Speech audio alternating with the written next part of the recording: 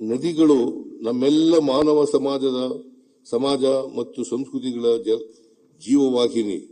ಅವು ಕೊಳಕಾದರೆ, ಅವು ಬತ್ತಿದರೆ ನಮ್ಮ ಉಸಿರು ಉಡುಗುತ್ತಾ ಬಂದಂತೆ.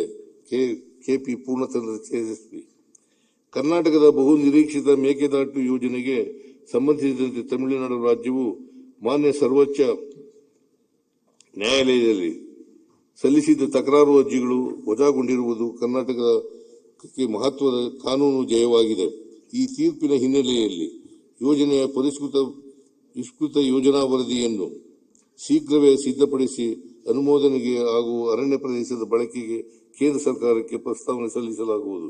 ಎತ್ತಿನಹೊಳೆ ಸಮಗ್ರ ಕುಡಿಯುವ ನೀರಿನ ಯೋಜನೆಯ ಮೊದಲನೇ ಹಂತದ ಏತ ನೀರಾವರಿ ಕಾಮಗಾರಿಗಳನ್ನು ಯಶಸ್ವಿಯಾಗಿ ಪೂರ್ಣಗೊಳಿಸಿ ಲೋಕಾರ್ಪಣೆ ಮಾಡಲಾಗಿದೆ. ಎರಡನೇ ಹಂತದಲ್ಲಿ ಬಾಕಿ ಇರುವ 18.73 ಕಿಲೋಮೀಟರ್ ಉದ್ದದ ಕಾಲುವೆ ಕಾಮಗಾರಿಗಳನ್ನು ಶೀಘ್ರವೇ ಪೂರ್ಣಗೊಳಿಸಲಾಗುವುದು.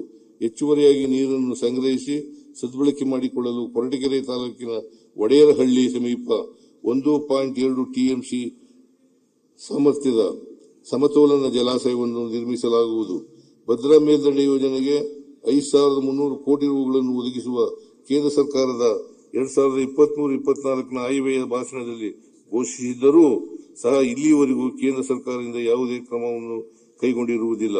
ಆದರೂ ರಾಜ್ಯ ಸರ್ಕಾರದ ವತಿಯಿಂದ ಈ ಯೋಜನೆಗೆ 11,343 ಕೋಟಿ ರುಗಳ ವೆಚ್ಚ ಭರಿಸಲಾಗಿದೆ.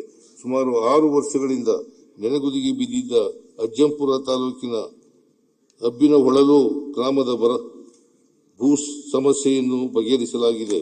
ಇದರಿಂದಾಗಿ 135 ಕಿಲೋಮೀಟರ್ ಉದ್ದದ ಚಿತ್ರದುರ್ಗ ಶಾಖಾ ಕಾಲುವೆ ಹಾಗೂ ಇದರಡಿ ಬರುವ ಫೀಡರ್ ಕಾಮಗಾರಿಗಳನ್ನು 2027ನೇ ಸಾಲಿನಲ್ಲಿ ಪೂರ್ಣಗೊಳಿಸಿ 157 ಕೆರೆಗಳನ್ನು ತುಂಬಿಸಲಾಗುವುದು. ಉತ್ತರ ಕರ್ನಾಟಕದ ಮಹತ್ವಾಕಾಂಕ್ಷೆ ಯೋಜನೆಯಾದ ಯುಕೆಪಿ ಸ್ಟೇಜ್ 3 ಯೋಜನೆಯಡಿ ಆಲ್ಮಟ್ಟಿ ಅಣೆಕಟ್ಟನ್ನು 519.6 ಮೀಟರ್ ಇಂದ 524.256 ಮೀಟರ್ಗೆ ಎತ್ತರಿಸುವ ಕಾಮಗಾರಿಯಿಂದ ಮುಳುಗಡೆಯಾಗುವ ಜಮೀನುಗಳು ಹಾಗೂ ನೀರಾವರಿ ಕಾಲುವೆ ಜಾಲಕ್ಕೆ ಅಗತ್ಯವಿರುವ ಭೂಸ್ವಾಧೀನ ಪ್ರಕ್ರಿಯೆಯಲ್ಲಿ ರೈತರು ಮತ್ತು ಸಂತ್ರಸ್ತರ ದೀರ್ಘಕಾಲದ ಬೇಡಿಕೆಗೆ ನಮ್ಮ ಸರ್ಕಾರ ಸ್ಪಂದಿಸಿ ಪರಿಷ್ಕೃತ ಒಪ್ಪಂದದ ದರಗಳನ್ನು ಅನುಮೋದಿಸಿದೆ. ಮುಳುಗಡೆಗೊಳ್ಳುವ ಖುಷ್ಕಿ ಜಮೀನಿಗೆ ಪ್ರತಿ ಎಕರೆಗೆ 30 ಲಕ್ಷ ರೂಪಾಯಿ ಹಾಗೂ ತರಿ ಜಮೀನಿಗೆ ಪ್ರತಿ ಎಕರೆಗೆ 40 ಲಕ್ಷ ರೂಪಾಯಿ ನಿಗದಿಪಡಿಸಲಾಗಿದೆ. ಒಪ್ಪಂದದ ಈ ತೀರ್ಪುಗಳ ಮುಖಾಂತರ ಜಮೀನುಗಳನ್ನು ಸ್ವಾಧೀನಪಡಿಸುವ ಪ್ರಕ್ರಿಯೆಯನ್ನು ಪ್ರಸಕ್ತ ವರ್ಷದಲ್ಲಿ ಪ್ರಾರಂಭಿಸಲಾಗುವುದು. ತುಂಗಭದ್ರಾ ಅಣೆಕಟ್ಟಿನ ಶಿಥಿಲಗೊಂಡಿರುವ 33 ಗೇಟ್ಗಳನ್ನು ಬದಲಾಯಿಸಿ ಹೊಸ ಗೇಟುಗಳ ಅಳವಡಿಕೆಯನ್ನು ಮುಂಗಾರು ಪೂರ್ವದಲ್ಲಿ ಪೂರ್ಣಗೊಳಿಸಲಾಗುವುದು. ಮುಂದುವರೆದು ತುಂಗಭದ್ರಾ ಜಲಾಶಯದಲ್ಲಿ ಹೂಳಿನ ಶೇಖರಣೆಯಿಂದ ನೀರಿನ ಸಂಗ್ರಹಣಾ ಸಾಮರ್ಥ್ಯದ ಕೊರತೆಯನ್ನು ನೀಗಿಸಲು ಕೊಪ್ಪಳ ಜಿಲ್ಲೆಯ ನವಲಿ ಬಳಿ ಸಮತೋಲನ ಜಲಾಶಯ ನಿರ್ಮಾಣ ಸೇರಿದಂತೆ ಇತರ ಪರ್ಯಾಯ ಮಾರ್ಗೋಪಾಯಗಳ ಕುರಿತು ಈಗಾಗಲೇ ಚಿಂತಿಸಲಾಗಿದೆ.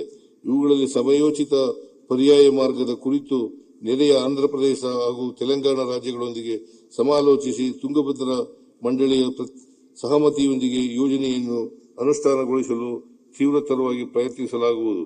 ಮಹದಾಯಿ ಕಣಿವೆಯ ಕಳಸಾ-ಬಂಡೂರ ನಾಲಾ ಯೋಜನೆಗಳಡಿ ಅರಣ್ಯ ತೀರುವಳಿ ಪಡೆಯಲು ರಾಜ್ಯ ಸರ್ಕಾರವು ಕೇಂದ್ರ ಪರಿಸರ ಸಚಿವಾಲಯ ಮತ್ತು ರಾಷ್ಟ್ರೀಯ ವನ್ಯಜೀವಿ ಮಂಡಳಿಯಲ್ಲಿ 2 ವರ್ಷಗಳಿಂದ ನಿರಂತರ ಪ್ರಯತ್ನಿಸಿದ್ದರೂ ಈವರೆಗೆ ತಿರುವಳಿ ಲಭಿಸಿರುವುದಿಲ್ಲ. ಈ ಯೋಜನೆಗಳಿಗೆ ಈಗಾಗಲೇ ಗುತ್ತಿಗೆ ವಹಿಸಲಾಗಿದ್ದು, ಕೇಂದ್ರ ಸರ್ಕಾರದಿಂದ ಅರಣ್ಯ ತೀರುವಳಿ ದೊರೆತ ಕೂಡಲೇ ಕಾಮಗಾರಿಗಳನ್ನು ಪ್ರಾರಂಭಿಸಲಾಗುವುದು. ಈ ವಿಳಂಬದಿಂದ ರಾಜ್ಯ ಸರ್ಕಾರ ಹೊರೆ ಹೆಚ್ಚಾಗುತ್ತಿದೆ.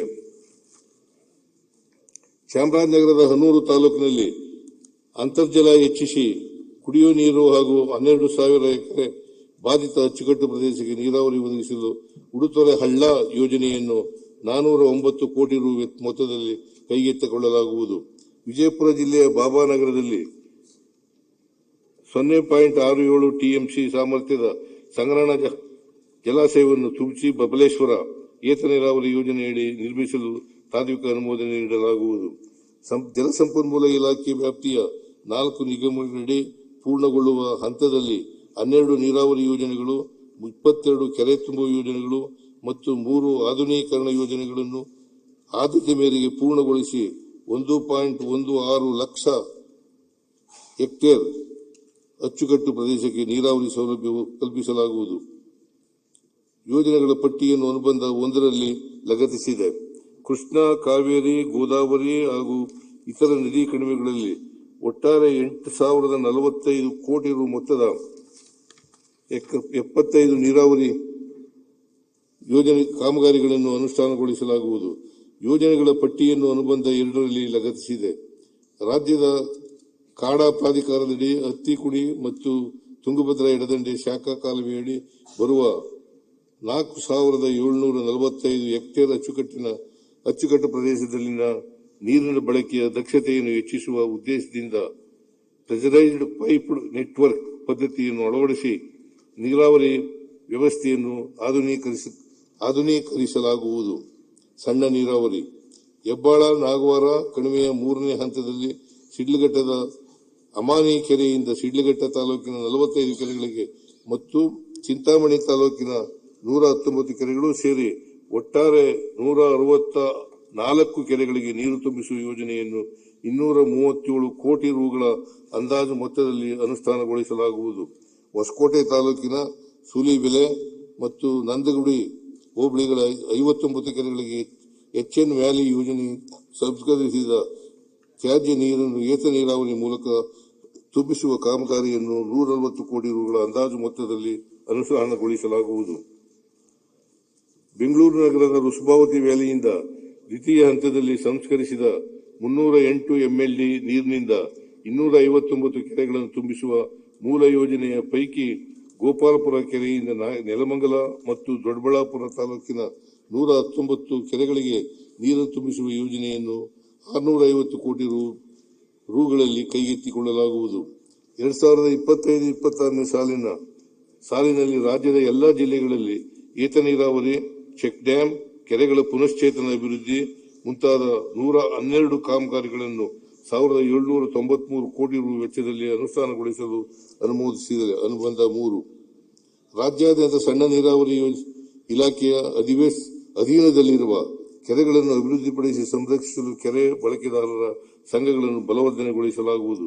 ಕೊಪ್ಪಳ ಜಿಲ್ಲೆಯ ಯಲಬುರ್ಗಾ, ಕುಕನೂರು ಹಾಗೂ ಕಲಬುರಗಿ ಜಿಲ್ಲೆಯ ಆಳಂದ ತಾಲೂಕಿನ ಜಿಡ್ಗಾದಲ್ಲಿ 25 ಕೋಟಿ ರು ವೆಚ್ಚದಲ್ಲಿ ಅಂತರ್ಜಲ ಹೆಚ್ಚಿಸಲು ಕೆರೆಗಳ ಆಧುನೀಕರಣ, ಅಣೆಕಟ್ಟು ಮತ್ತು ಪಿಕಪ್ ಹಾಗೂ ಚೆಕ್ ಡ್ಯಾಂ ಕಾಮಗಾರಿಗಳನ್ನು ಕೈಗೆತ್ತಿಕೊಳ್ಳಲಾಗುವುದು.